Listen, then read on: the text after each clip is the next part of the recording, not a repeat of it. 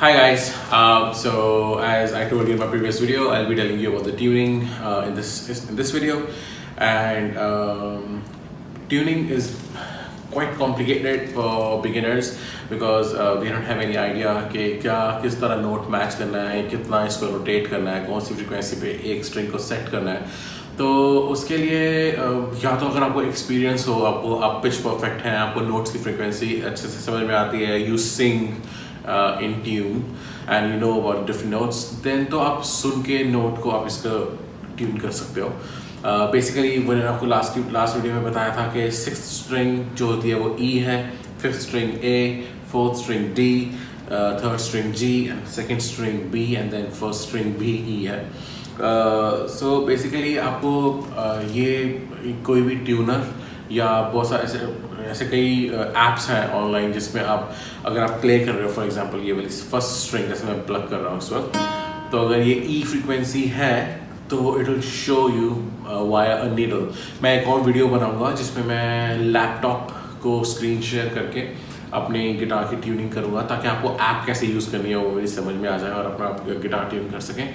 तो that is quite easy. I will use it. I will also create a tutorial of how to use a tuner. But in this video, मैं आपको सिर्फ बताना चाहता था क्या क्या ऑप्शंस हैं।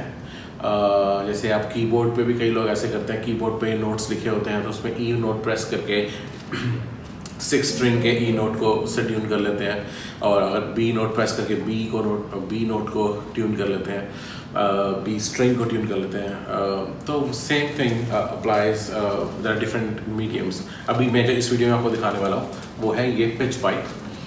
इस पिच पाइप से आप अपने गिटार की स्ट्रिंग्स किसी भी म्यूज़िक शॉप पे ये मिल जाती है, उसको आपको बोला है कि शॉपकीपर को जाकर बोलो कि पिच पाइप चाहिए मुझे ट्यून करने के लिए गिटार। तो इसमें क्या है कि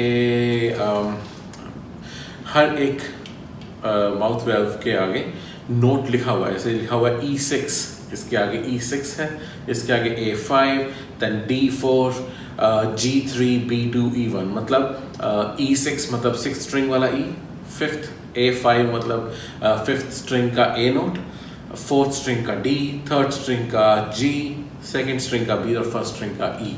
तो इसमें क्या होता है, आपको वो क्या करना है इससे, ऐसे मेरे को अगर फर्स्ट स्ट्रिंग ट्यून करनी है फॉर एग्जांपल, तो मैं E1 जो मेरी फर्स्ट स्ट्रिंग है उसको मैं ब्लो करूँगा and I will have to listen to that note.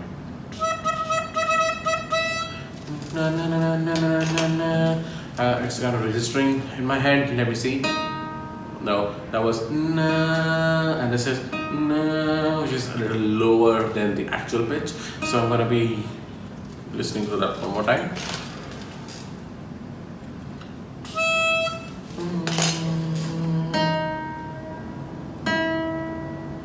So what I did was, I know that the first string जो है वो मेरी इस वाली की के साथ जाके अटैच्ड है, तो मैं इस की को मैंने टाइट कर दिया थोड़ा सा, मतलब इसको मैंने क्लॉकवाइज रोटेट कर दिया जब तक मुझे वो पिच नहीं मिली। It is very very very very very important कि आप जब इसको रोटेट कर रहे हो then you are continuously playing that string.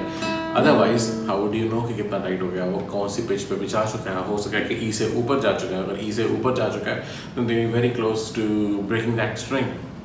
तो वो ऐसा नहीं है, मतलब ई के बाद एफ या जी तक जाके स्ट्रिंग टूटती है, इतना भी डरने की ज़रूरत नहीं है।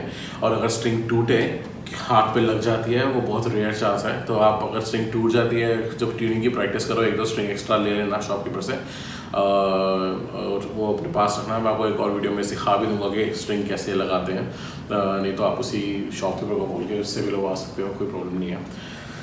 सो या आई टुक E1 pitch from that pitch pipe and I tune that.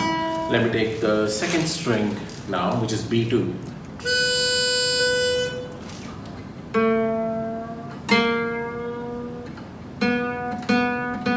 So it was lower than B, and I've tightened that string as well. Let me check if it matches.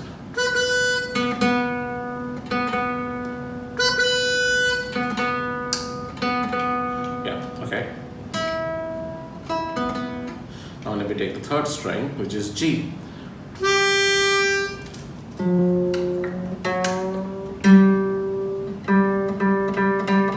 Matching, it was lower again, and I have tightened that string to G. And then we take D4. 4 now.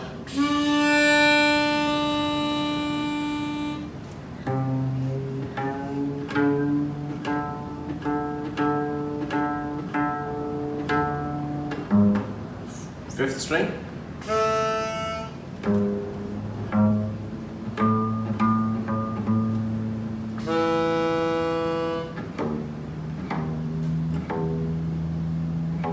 Actually taken sixth string note as well. So it should be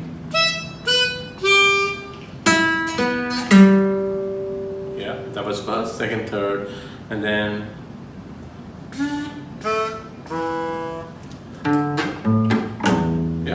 cool. All the pitches are now matched. It should be fine. Let's see. The guitar is tuned. This is how you can do it from pitch pipe. अब वो जो digital tuners आते हैं वो क्या होता है उसके अंदर, जैसे फॉर एग्जांपल ये एक डिजिटल ट्यूनर है, उसमें बीच में ऐसे अगर आप फर्स्ट स्ट्रिंग पे, उसमें माइक होता है, आप उसको यहाँ पे क्लिप करते हो और आप स्ट्रिंग प्लग करते हो। फर्स्ट स्ट्रिंग आपने प्लग करी, उसका फेस आप ट्यूनर का ऐसे अपनी तरफ कर सकते हो। अगर आपने फर्स्ट स्ट्रिंग जब प्लग करी तो वो दिखाएगा कौन सा नोट प्ले हो रहा है, डी हो रहा है, सी हो रहा है। अगर डी है तो D is lower than E, right? तो आप उसको टाइट करोगे, आप उसको थोड़ा सा टाइट करोगे, वहाँ पे वो ई दिखाने लग जाएगा। बट अगर वो ई दिखा रहा है पर उसके नीचे एक नीडल होती है, फॉर एग्जांपल यहाँ पे ई डिस्प्ले हो रहा है, उसी के नीचे एक नीडल होगी।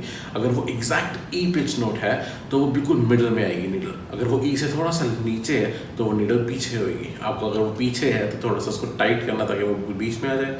और अगर वो ई से आगे, वो नीडल अगर बीच से आगे जा चुकी है तो आपको स्ट्रिंग को लूज करना है ताकि वो नीडल पीछे आ जाए।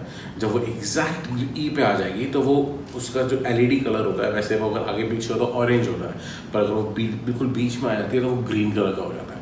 दैट मीन्स आपकी वो वाली स्ट्रिंग जो है वो ई पर्टिकुलर उसी परफेक्टली उस पिच पे ट्यून हो चुकी है। उसको आप कृपया करके छोड़ दें। अब आप अगली स्ट्रिंग पे जाए। सेकंड स्ट्रिंग जब आप प्लग करोगे वो नोट दिखाएगा, आपको मालूम है सेकंड स्ट्रिंग का नोट बी होता है। अगर ए दिखा रहा है तो टाइट करो ताकि वो बी हो जाए, अगर सी दिखा रहा है तो लो उसको लूज करो ताकि वो बी हो जाए। और वो नीडल का ध्यान रखना, बिकॉज हमेशा हरी होनी चाहिए, आगे पीछे होगी तो फिर वो ऑरेंज राइट रहेगी, इसका मतलब आपकी स्ट्रिंग ट्यून नहीं हुई है, तो आपका गिटार बहुत ही डिजास्टर साउंड करेगा अगर वो अच्छे से ट्यून नहीं है तो ये पिच पाइप से मैंने भी ट्यून करना सिखाया था। और वो डिजिटल ट्यूनर की वीडियो में एक ट्यूटोरियल बनाऊंगा जिसमें मैं स्क्रीन शेयर करूंगा और अपना गिटार ट्यून करके आपको मैं दिखाऊंगा। मुझे लगता है आपको इस वीडियो से आइडिया आ जाएगा कि गिटार ट्यून कैसे होता है और एक ऑथेंटिक वे गिटार ट्यून करने का, जो एक म्यूजिशियन ट्यून करता है वो कैसे होता है, वो मैं आपको बाद में बताऊंगा। बेसिकली आप ये सारी ये बेसिकली वर्ड में कुछ ज़्यादा यूज़ करना पड़ता, ठीक है। सिक्स्थ स्ट्रिंग को आपने ऐसे ट्यून कर लिया, अगर आपने ई पे ट्यून कर लिया या एक ऐसी पिच पे ट्यून कर लिया कि आपको लग रहा है कि हाँ यार ये बज नहीं हो रही और ठीक ठाक नोट सुन रहा है, तो उसमें क्या होता है फ्रेट्स ले सकते हो आप। फिफ्थ फ्रेट लेके अगली स्ट्रिंग को ट्यून कर दोगे और इसका भी फिफ्थ स्ट्रिंग लेके अगली स्ट्रिंग ट्यून कर दोगे। उसमें अभी हमको जाने की ज़रूरत बिल्कुल भी नहीं है। अब मैं I will not suggest you to actually do that method right now, because फिर बहुत सारी स्ट्रिंग्स टूटेंगी and then you will be just frustrated towards it. तो पिच पाइप यूज़ करो, डिजिटल ट्यूनर यूज़ करो। Digital tuner is the best way how you do it. और एक दो स्ट्रिंग एक्स्ट्रा रख लेना। अगर बाई चांस पूरा अच्छा से गिटार ट्यून नहीं भी होता, पर एटलीस्ट जिस हालत में अभी घर पे पड़ा हुआ है, टंगा हुआ है दीवार पे, तो उससे तो बेटर ही हो जाएगा। कुछ तो नोट्स आएंगे आपकी प्रैक्टिस करने के लिए, अभी ठीक है वो। और अगर आप डिजिटल ट्यूनर यूज़ करोगे, मुझे लगता है कि आप परफेक्टली ट्यून कर पाओगे। और अगर लास्ट रिजॉर्ट हम ये रख सकते हैं कि अगर कहीं से कुछ नहीं हो रहा है, डिजिटल ट्यूनर से भी आपको नहीं अच्छे से समझ में आ रहा है, तो आप फॉर टाइम बीइंग अपना जो शॉप पे जाओगे, जहाँ से आप डिजिटल ट्यूनर खरीदोगे, उसको रिक्वेस्ट कर देना। वहाँ पे उनके पास कई म्यूजिशियंस होते हैं, उनके पास स्किल्ड बंदे भी होते हैं जो कि आपको गिटार ट्यून करके आपको दे देंगे, ताकि आप अपना जो प्रैक्टिस करो अपने ईयर्स को और अपने घर वालों की ईयर्स को बर्बाद मत करो। बिकॉज अगर गिटार ट्यून नहीं है तो फिर वो भी उनको प्रैक्टिस करने नहीं देंगे। और फिर वो, मैं चाहता नहीं कि कुछ ऐसा आपके घर में कोई माहौल बने जिसमें, बिकॉज मैंने ये सब देखा है खुद जब मैं गिटार सीखता था। तो ऑल द बेस्ट, ट्यूनिंग करके देखो। और जो मेरी फर्स्ट लेसन में मैंने आपको वीडियो बताई थी उसकी प्रैक्टिस करो एंड चिल। Bye bye.